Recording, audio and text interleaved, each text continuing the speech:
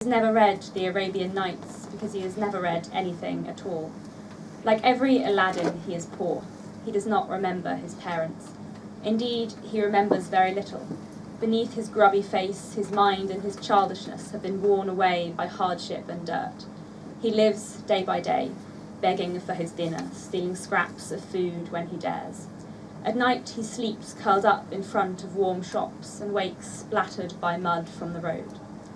And like every Aladdin, he finds his genie. This genie is not like other genies. It does not arrive in a magic lamp, nor even in a magic ring. It has no manacles, no Arabian dress, no blue skin. Instead, this genie arrives in the guise of a shabbily dressed little girl who promises to grant all his wishes. 3 wishes? No. She is a generous genie. He gets 7. Hunger and strife have made the boy unimaginative. His first wish is for a loaf of bread. The girl steals it for him, and he eats it ravenously in large mouthfuls and smiles up at her. His genie smiles back with a beautiful smile. Next, he wishes for a kiss. She does not have to steal for that. It is about now he begins to realise that, with only 5 wishes left, he ought to use them carefully. Bread has made him wise, and for his 3rd wish he wishes for a house. He does not see the girl dart around the neighbourhood on the lookout for empty houses, for families going away on holiday. He does not see her smash one back window with a brick and grab the spare key from the mantelpiece. All he sees is that he has wished for a house, and he has got a house. Sitting together on the floor by the fire of their new home, the boy looks at the girl and makes a 4th wish. He wishes for enough food to last the longest period of time he can think of, a year. He follows her to the larder, and she opens the door to reveal shelves upon shelves of food. That night they have a feast, eating vast mouthfuls with their hands, cooking hardly anything because they do not know how. She teaches him to toast bread and cheese over a fire. Afterwards they find a bed upstairs on which to collapse, full, hands on their stomachs, laughing. 3 more wishes, says his genie, as they fall asleep.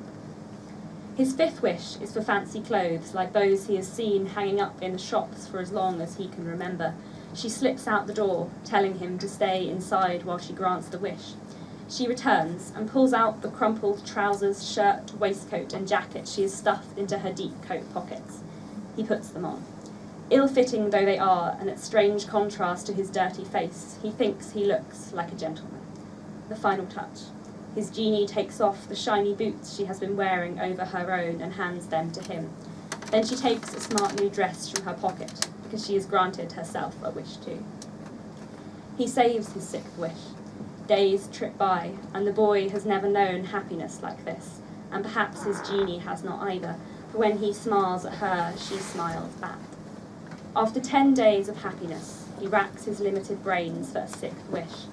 He does not have a grand imagination, but he once saw a picture of the countryside in a book he stole to use for a pillow, so his 6th wish is to see meadows and flowers and sun and cows. So she leads him through the streets of the city, down alleys of brick houses, past collapsing slums, to the train station. His hand in hers, she rushes him past the train guard when he is turned away, and together they leap up onto the train just as it is about to pull out of the station. They hide under the seats when the ticket warden comes, and the boy stares out of the window in sheer amazement at the world. When they step outside into the bright sunlight and green grass, his eyes widen, because he never really realised before now that there was another world out there beyond the smoke and dirt of London. And at the end of a glorious 2 weeks of living in their house of wishes, of smiles and food every day, they build a fire in their back garden. They change into their old scruffy clothes to avoid getting their new ones dirty, and then over the fire they toast fruit on sticks and bread and cheese. They sing the few songs they know between them. When, exhausted, they lie back on the grass, his genie asks him if he has a 7th wish. Drifting softly into sleep, he says, "I wish life was always like this." She looks back at him with the sort of sadness that only a genie can know, the sorrow of not being quite able to grant a wish, for a wish for permanence is much like a wish for more wishes. And when Aladdin awakes, the fire is out and the sun is up, and his genie is gone.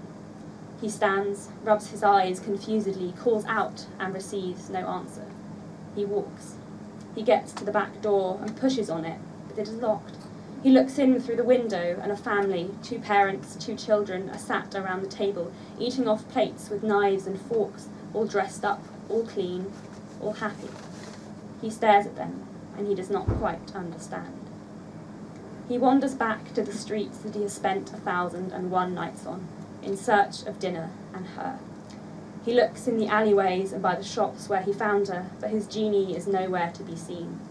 She has slipped into the darkness of the London night like the magical being she is.